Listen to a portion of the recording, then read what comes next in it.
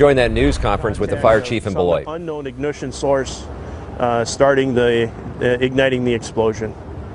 I can tell you that we do have, I've identified the victims as 33-year-old Tara Purdy. She was transported to Janesville Mercy Hospital last evening and then transferred to UW-Madison this morning so that she can be with her husband, who is in the trauma center, burn center at UW-Madison. Tara is in fair condition with minor burns and cuts and bruises. Her husband, Todd Purdy, 37 years old, was transported by helicopter last evening to UW Hospital, where he was treated in the burn center with third and second degree burns over his body. He is in critical condition at this time. I don't have any other information on the individuals as far as their condition and treatment and subsequent prognosis.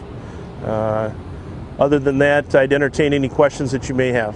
You had said earlier today that there were renovations going on in the home. Have you learned something different to now say there were no renovations going on in the home, that at least needed a permit?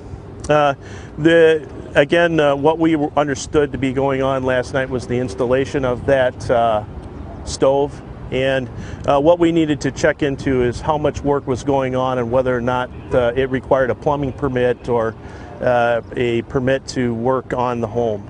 Our investigation revealed that there was no work going on in the home that required a permit through the City of Beloit ordinances or state law.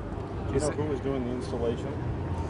Pardon me? You're now listening to a news conference with the fire chief in Beloit. He has told us that the husband in the house is in critical condition with burns on second and third degree burns. His wife is in fair condition right now and is with her husband.